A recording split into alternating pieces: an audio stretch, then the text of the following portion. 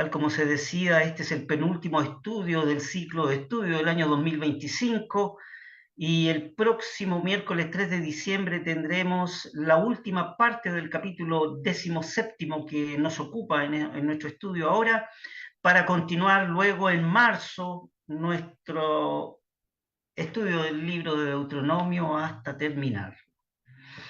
Bien, consideramos entonces nuestro estudio bíblico, tal como decíamos, el libro de Deuteronomio en el Antiguo Testamento, dentro del cual observamos el capítulo 17, donde aprendíamos de la escritura inspirada por el divino autor, donde se expone lo que es la justicia imparcial y la perfecta verdad, la cual caracteriza el gobierno de Dios en todo tiempo, en toda circunstancia y en toda dispensación. El juicio es tan claro que no hay en él, fíjese, ni una sombra de fundamento para ir en su contra. Toda discusión estará con el justo juicio terminada, y si se levanta algún murmullo a causa de los juicios divinos, el murmurador será callado al momento. Fíjese que esto siempre será cierto donde se quiera y en todo tiempo en el santo gobierno de Dios, como decíamos. Ciertamente que en nuestro tiempo nos hace desear, ¿no es cierto?, esos juicios justos y verdaderos, donde el murmurador es acallado. Hace desear en nuestro tiempo del día de hoy que ese gobierno de Dios sea pronto establecido en todos los términos de la tierra. También de las palabras citadas que hemos considerado, hemos aprendido que el juicio del hombre abandonado a sí mismo es de no confiar ciertamente, ni por ningún momento. La verdad que el hombre en sí mismo, sin la influencia divina, es capaz de torcer el juicio, de hacer acepción de personas, de tomar soborno, de conceder importancia a otros por conveniencia, y lo que es peor, es capaz de esconder la verdad.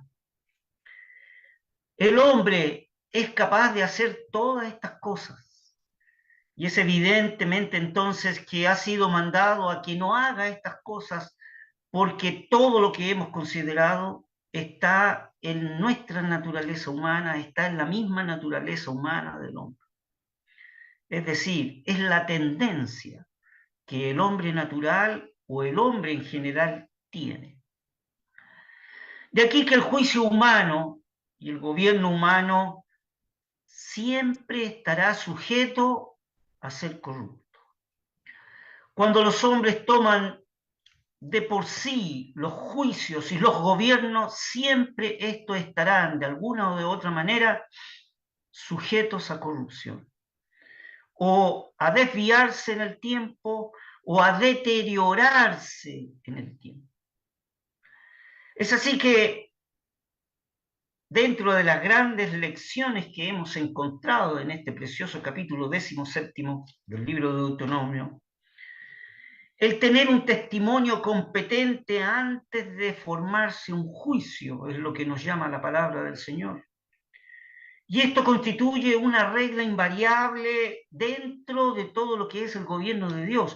Si aquellos que quieren ser influenciados por la palabra divina y poder tener un juicio y poder determinar dentro de una congregación, sobre todo la israelita, ¿no es cierto?, la regla invariable, ¿no es cierto?, dentro del gobierno de Dios, ¿no es cierto?, antes de formarse un juicio, hay dos aspectos o dos reglas divinas muy bien establecidas en la Escritura. Primero, fíjese que en el texto 4 del capítulo 16 que considerábamos de Deuteronomio decía: y después que oyeres y hubieres indagado bien la cosa, parece cierta. Esa es la primera regla. Vale decir, después que oyeres la situación y hubieses indagado bien, es decir, formular los hechos, ver las evidencias de la situación. Y si la cosa parece cierta, entonces viene la segunda regla. Por boca de 2 o 3 testigos consistirá todo negocio. Estas son las dos reglas, ¿no es cierto?, invariables. El método divino que nos presenta la porción inspirada de las Escrituras. Y antes que una asamblea, una congregación, se llegue a una conclusión o obre en un determinado sentido, ha de fundarse primero en el método divino y segundo en la evidencia de los hechos. Todo esto, apreciados hermanos, es lo que nos ilustra de un modo tan triste y tan penoso, porque estas reglas o esta manifestación inspirada por el divino autor manifestando esta estructura, si lo contrastamos con lo que el hombre es, entonces todo esto al paso se ilustra de un modo muy triste y muy penoso de lo que realmente el hombre es, lo que realmente nosotros como hombres delante de Dios somos. Y manifiesta la palabra de Dios al ser tan clara, tan diáfana, tan pura, entonces hay un contraste de lo que es la mera religiosidad humana sin conciencia, a lo que puede llegar la religiosidad humana sin conciencia. Leíamos, ¿no es cierto?, de que el hombre puede torcer el juicio, puede hacer acepción de personas, puede conceder importancia a otros por conveniencia y aún puede esconder la verdad y aún decir ser creyente en Dios. Esta escritura tan pura, tan diáfana que encontramos en el libro de Deuteronomio, que es el objeto del libro de Deuteronomio, es manifestar el aspecto moral del hombre, es poder descubrir y contrastar la actitud moral que tiene del hombre y lo que es la pureza del corazón de Dios, de los pensamientos divinos y el deseo de los propósitos de Dios que tiene para con su pueblo amado en todo tiempo, contrasta con lo que realmente nosotros somos. Eso es lo que nos revela el libro de Deuteronomio, el aspecto moral, y aflora como contraste de lo que es el hombre. Lo que es la mera religiosidad humana sin una conciencia deja enteramente intacta, ¿no es cierto?, la hermosa regla escritural, la hermosa regla moral por parte de Dios escritural. Y esta se conforma entonces para que sea nuestra guía. Y en las primeras líneas del capítulo que nos ocupa, lo consideramos. La verdad es que, apreciados hermanos, la religión, el considerar en que el hombre quiere adorar a Dios sin conciencia o sin temor de Dios, es la cosa más degradante, es la cosa más desmoralizadora y es la cosa más endurecedora de corazón. Eso es lo que produce cuando el hombre, en una forma religiosa, sin una conciencia, sin un temor de Dios, trata de dirigir, adorar, alabar o trabajar en las cosas de Dios, se transforma en algo degradante. Porque a la final será un caos, será una manifestación corrupta, será una manifestación moral contrastada con la palabra de Dios de lo que realmente somos. Y eso es desmoralizante. Y eso produce orgullo y vanidad. Por lo tanto, hay un endurecimiento de corazón, a no ser que haya una confesión verdadera y un arrepentimiento verdadero.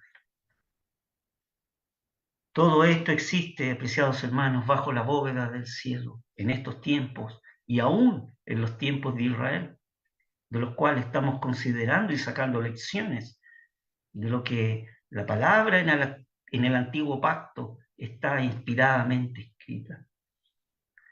Y fíjese que uno de los más terribles rasgos de esto consiste en que los hombres que están bajo esta influencia de aquella religión sin conciencia y sin temor de Dios, ¿cuál es el rasgo que tienen?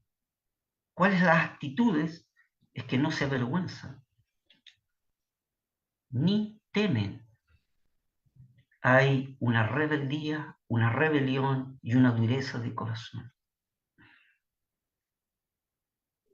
Cuán distinto es, apreciados hermanos, lo que produce el Espíritu Santo en el corazón del creyente en Cristo en el día de hoy.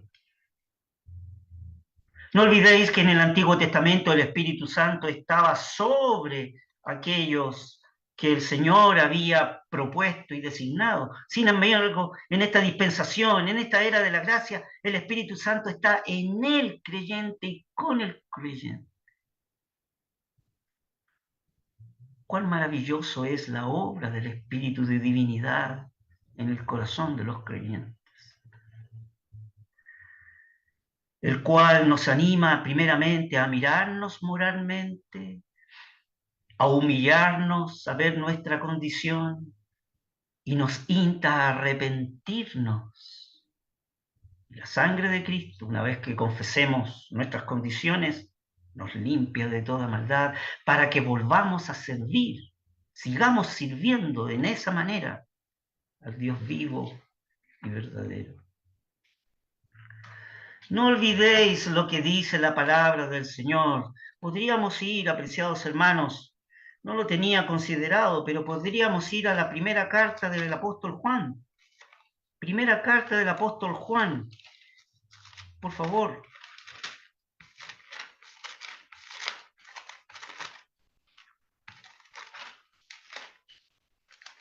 Fíjese que en su texto 8, dice, el texto 9 dice claramente, si confesamos nuestros pecados, Él es fiel y justo para que nos perdone nuestros pecados y nos limpie de toda maldad. Perfecto.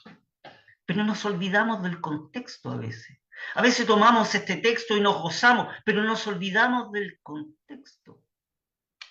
Porque este texto, dentro de su contexto, parte desde el texto 7, en el cual dice, mas si andamos en luz, como Él está en luz, tenemos comunión entre nosotros y la sangre de Cristo, su Hijo, nos limpia de todo pecado. Observe lo que la Escritura inspirada dice. Nos manda a que los hermanos andemos en luz. Y si hay controversia entre hermanos es porque los dos no están en luz o uno de ellos no anda en luz. Si andamos en luz, como Él está en luz, tenemos comunión entre nosotros. Y la sangre de Cristo nos limpia de todo pecado para seguir andando en luz. Entonces, manifiesta la Escritura inspirada. Si dijéremos que no tenemos pecado, nos engañamos a nosotros mismos y no hay verdad en nosotros. Y ahí está el ánimo, entonces. Si confesamos nuestros pecados, Él es fiel y justo para que nos perdone y nos limpie nuestros pecados, y perdone nuestros pecados y nos limpie de toda maldad. Y si dijéremos que no hemos pecado, le hacemos a Él mentiroso y su palabra no está en nosotros. Un texto a considerar dentro del contexto de lo que estamos estudiando y considerando. ¿Por qué? Porque decíamos que uno de los efectos, uno de los rasgos de aquella religión que es sin conciencia o sin temor de Dios es no avergonzarse es no temer, es, ¿no es cierto?, no tener, es resistir el espíritu de divinidad. El hacer uso de la letra de la escritura como tapadura de las evidencias que ejercen sin la influencia divina es lo más terrible y garrafal, por así decirlo, que un creyente puede cometer.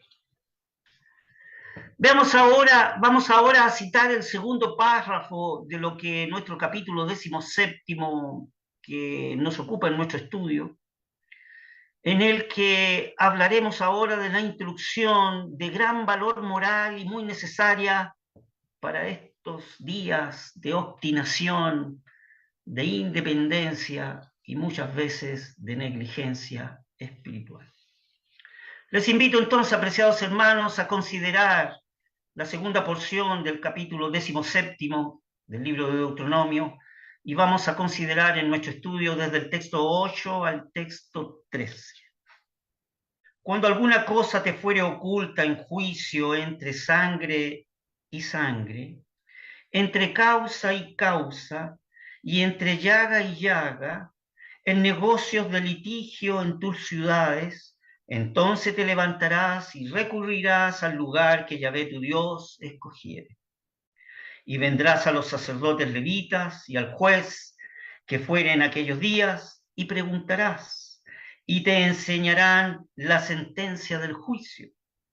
Y harás según la sentencia que indicaren los del lugar que Yahvé escogiere, y cuidarás de hacer según todo lo que te manifestare. Según la ley que ellos te enseñaren y según el juicio que te dijeren, harás. No te apartarás ni a diestra ni a siniestra de la sentencia que te mostraren. Y el hombre que procediere con soberbia, no obedeciendo al sacerdote que está para ministrar allí delante de Yahvé tu Dios, o al juez, el tal varón morirá, y quitarás el mal de Israel. Y todo el pueblo oirá, y temerá, y no se ensoberbecerán más. Que el Señor bendiga su palabra. Aquí tenemos lo proveído divinamente para el perfecto esclarecimiento de todas las cuestiones que pudieran suscitarse en medio de la congregación de Israel. Aquí está la pauta, aquí está la dirección, aquí está, ¿no es cierto?, el camino, ¿no es cierto?, de todas las cuestiones que pudieran suscitarse en medio de la congregación y cómo debe la congregación actuar. Todos debían exponerlo ante la presencia divina, en el lugar divinamente señalado. No era que cualquier israelita o judío piadoso podía ir a cualquier lugar, ¿no es cierto?, ya sea al juez o al sacerdote, donde a él le pareciera poder explicar su situación o poder manifestar su preocupación, ¿no es cierto?, o su problema. Todos debían exponerlo ante la presencia divina, pero en el lugar divinamente señalado. Y por la autoridad debidamente designada. No se trataba de que el judío piadoso o el israelita fuera a conversar con otros judíos, con otros israelitas, su problema y comienza la murmuración. No se trataba de eso. Se trataba de que tenía que ir al lugar divinamente establecido y a la autoridad debidamente designada para poder exponer delante de Dios, en la presencia divina, la situación, el problema, la circunstancia. De este modo, entonces, la terquedad que pudiera haber en medio del pueblo de Israel, o la presuntuosidad, o la rebeldía, eran cuidadosamente evitadas. No podía un israelita hablar de algún asunto abiertamente en medio del pueblo de Dios. no podía hacerlo en cualquier lugar ni con cualquier persona, tenía que ir a la presencia de Dios, al lugar divinamente señalado y a la autoridad debidamente asignada. Con eso se evitaba la murmuración, la rebeldía, la terquedad y la presuntuosidad que cualquier israelita pudiese tener ante los conflictos en medio de la congregación del pueblo de Israel. Todo asunto de toda controversia debía ser resuelta por un juicio divino, por el juicio de Dios, según fuese expresado por el sacerdote o el juez designado por Dios para tal objeto. En otras palabras, se trataba de un asunto que era pura y exclusivamente de la competencia de la autoridad divina. No se trataba de que un hombre se alzara contra otro, no era ese el sentido de esta situación. No se trataba de atacarse los israelitas unos contra otros o tribus contra tribus, con terquedad, con rebeldía, con orgullo, con presunción. Eso jamás debería ser admitido en medio de una asamblea de Dios, ni en Israel ni en el día de hoy. Todos los miembros del pueblo de Israel, cada israelita, cada tribu, debían someter su causa a un tribunal divino e inclinarse implícitamente a las decisiones de ese tribunal divino. Ahora, si este tribunal divino, a través del sacerdote o el juez designado como autoridad, manifestaba la situación, circunstancia, problema en el lugar designado por Dios, ante las autoridades que Dios había designado, y aún así haciendo un juicio, uno de ellos, o los que estaban involucrados en el problema, ¿no es cierto?, no les parecía bien, no debía haber ninguna apelación en vista de que no había otro tribunal más alto. Ese era el tribunal del juicio de Dios. Era la autoridad divina representada por el sacerdote y el juez designado. Por lo tanto, no había apelación, no había otro tribunal más alto al cual apelar si no me gustaba a mí el resultado de ese juicio. Ya sea el presentar la acusación o el acusado. El sacerdote o juez debidamente designado hablaría como el oráculo divino. Y tanto el acusador como el acusado debían inclinarse ante la sentencia sin oponer ningún reparo alguno. Esa era la forma de actuar ante las distintas circunstancias, problemas o situaciones que el pueblo de Israel, lógicamente, iba a encontrar en la tierra prometida. No olvidéis que estamos a la orilla del Jordán y estamos estudiando el segundo discurso de Moisés que hace al pueblo de Israel antes de cruzar, ¿no es cierto?, el río Jordán, el río de la muerte, y tomar posesión de la tierra prometida. Aquí Moisés está explayándose con una visión autoritativamente divina después que el pueblo de Israel haya tomado posesión casi en forma completa de la tierra prometida, y estas son las reglas de su forma de actuar. Es evidente para nosotros que ningún miembro de la congregación de Israel pudiese llevar, ¿verdad?, o pudiese pensar en que ante algún litigio o algún problema, circunstancia o situación que se sucediera en medio de los israelitas o de las tribus o del pueblo de Dios, llevar el caso litigioso al conocimiento de un tribunal de los gentiles, ¿verdad?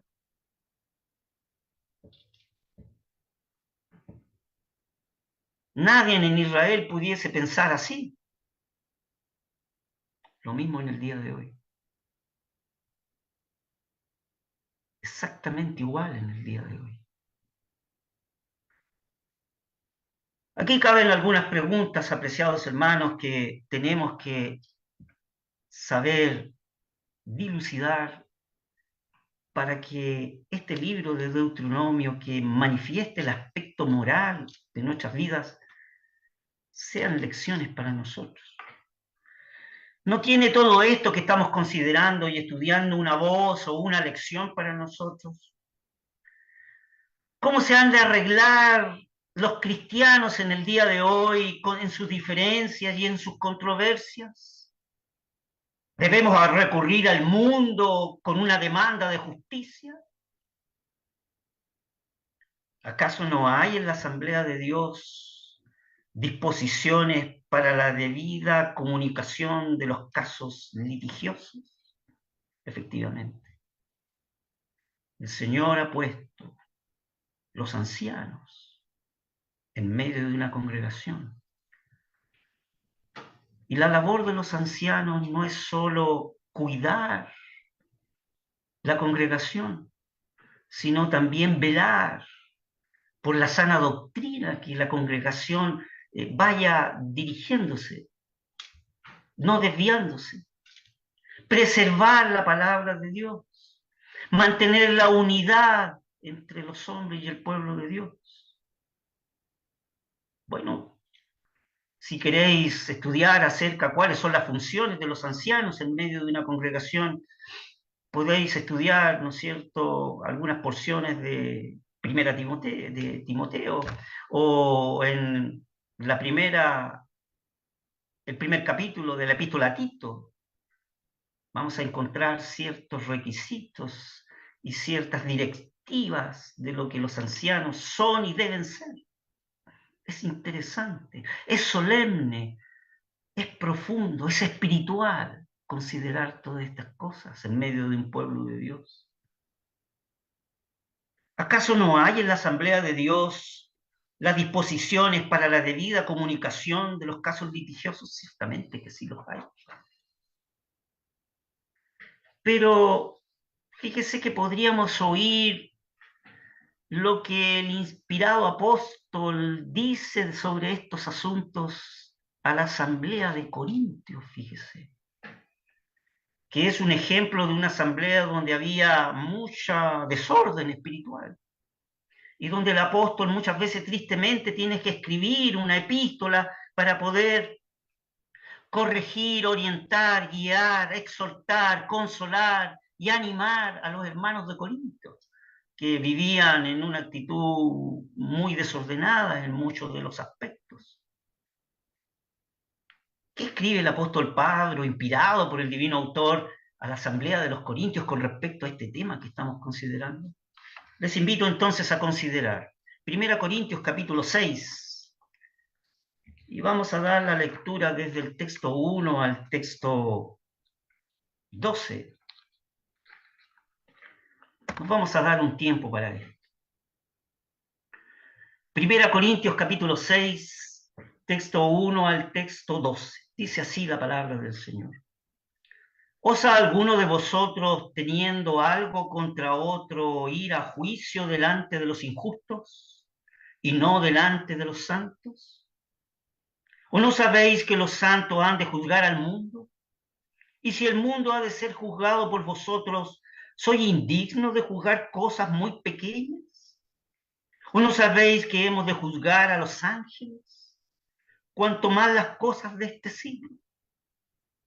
Por tanto, si hubieres de tener juicios de cosas de este siglo, poned para juzgar a los que son de menor estima en la iglesia. Para avergonzarlos, lo digo, dice el apóstol.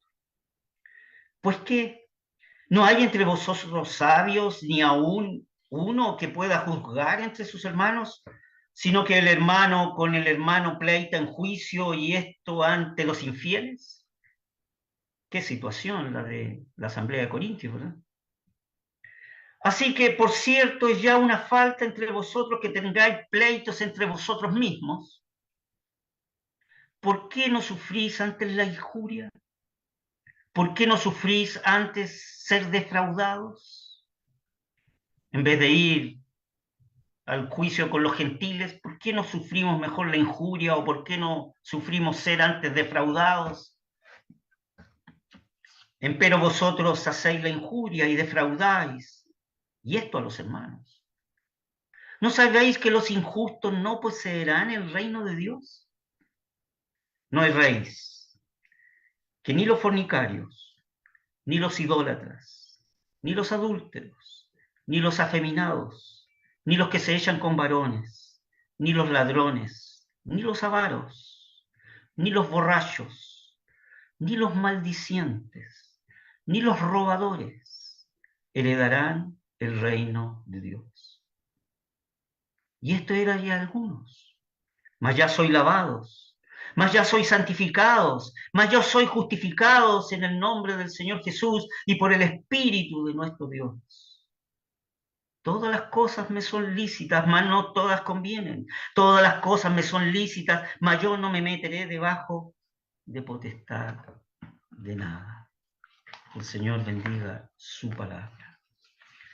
No haré un comentario profundo acerca de estas palabras inspiradas por el divino autor a través del apóstol Pablo, porque son claras y suficientes con respecto al tema que estamos considerando. Aquí tenemos, eso sí, la divina instrucción para la iglesia de Dios de todos los siglos. Una instrucción inspirada por el Espíritu de divinidad y escrita por el apóstol para la iglesia de Dios de todos los tiempos y de todos los siglos. No debemos perder de vista, apreciados hermanos, un solo momento, el hecho de que la Biblia es el libro para todo el periodo de la iglesia durante el curso aquí en la tierra. Es decir, abro paréntesis, no basta decir es que esa era una carta para los corintios, cierro paréntesis. No, es palabra inspirada de Dios para poder tener un contraste, un vislumbre, una guía de la iglesia de Dios para todos los periodos que la iglesia de Dios esté o estará durante la tierra. Fíjese que en aquellos primeros tiempos, el primer siglo del cristianismo, no había dificultad, fíjese, alguna para poder distinguir entre la iglesia y el mundo. La línea de demarcación en el primer tiempo estaba muy clara. No había dificultad en los primeros tiempos, en el siglo I del cristianismo, para poder distinguir la iglesia del mundo pagano. Distinguir entre los santos y el no creyente. Era muy claro cuál era la característica de los santos, los que estaban apartados, y los no creyentes, cuáles eran sus costumbres y características. Entre los que estaban adentro y los que estaban afuera. No olvidéis que iglesia en griego significa los llamados a salir fuera del mundo y estar adentro de la iglesia. No había ningún problema entre la distinción de los que estaban adentro de la iglesia y cuál era la característica de los que estaban afuera de la iglesia. La línea de demarcación en aquellos días era amplia, precisa, inconfundible. Cualquiera que mirara a aquella sociedad desde el punto de vista religioso habría visto tres cosas claras.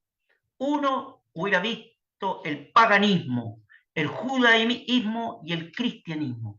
Esas tres ramas eran áreas, eran totalmente muy bien determinadas. Los que eran paganos, los que eran judíos, con la religión judía, y los que eran cristianos. Es decir, los gentiles, los judíos y la iglesia de Dios.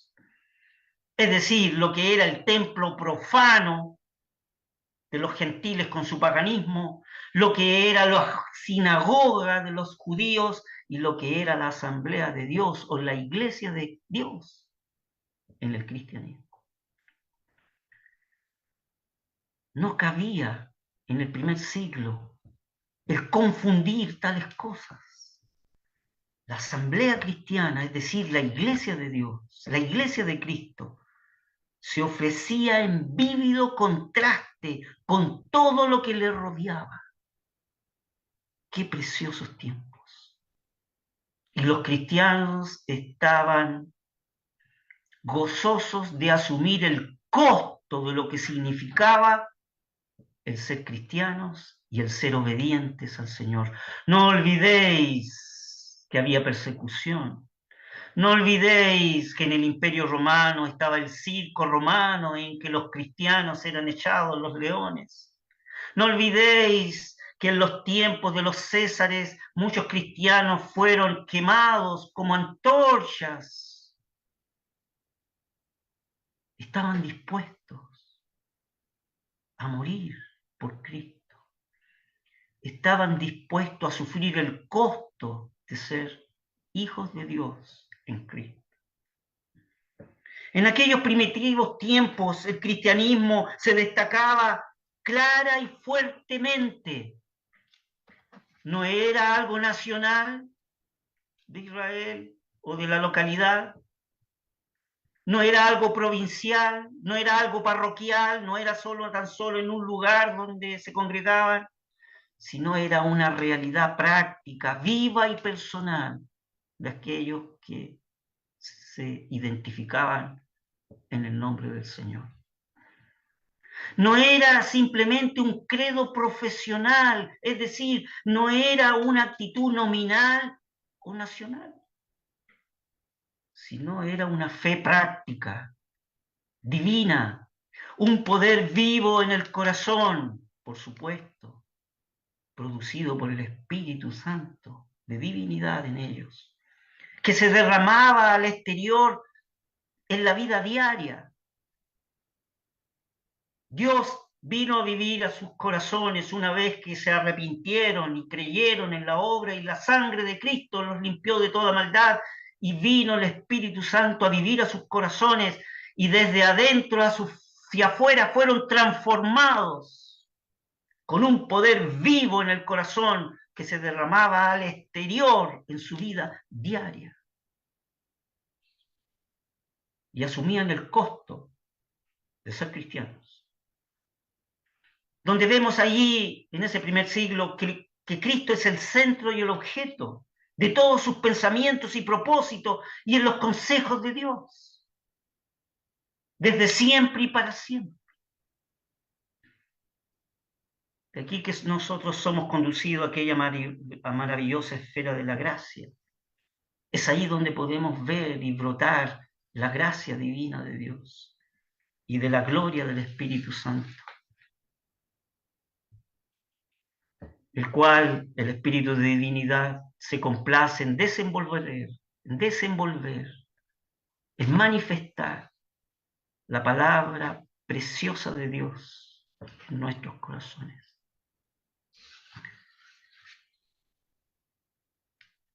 Que el Señor bendiga su palabra, apreciados hermanos. Y en la voluntad del Señor seguiremos considerando en nuestro estudio bíblico el libro de Deuteronomio. En la próxima reunión será el último tema de este capítulo 17 y cerramos este ciclo del año 2025 con este precioso estudio de este libro maravilloso que nos revela lo que es la palabra de Dios pura, inefable, maravillosa, gozosa, preciosos pensamientos de Dios en su mente y preciosos sentimientos de Dios en su corazón que quería para su pueblo de Israel y ciertamente quiere para el pueblo de Dios, su iglesia en Cristo Jesús del día de hoy.